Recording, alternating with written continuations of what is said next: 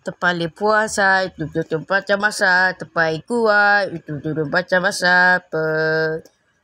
Pasal ada tayar ni. Tiba-tiba je ni. Oh, mak, aku nak paiki ni. Aku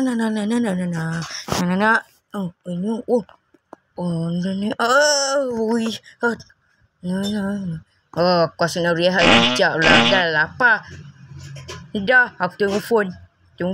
Sampai tengah bobang. Kita pasang dulu. Semua. Dah, kita ambil apa tayar baru. Yo. Pasal bunyi tayar ni. Pahal pula ni. Lemak dia lagi.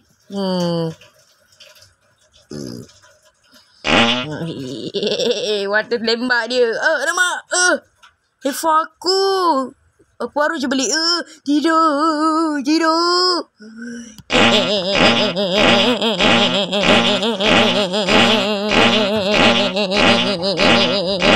Kau baiki handphone aku. Katik balik handphone aku. Alamak. Okay.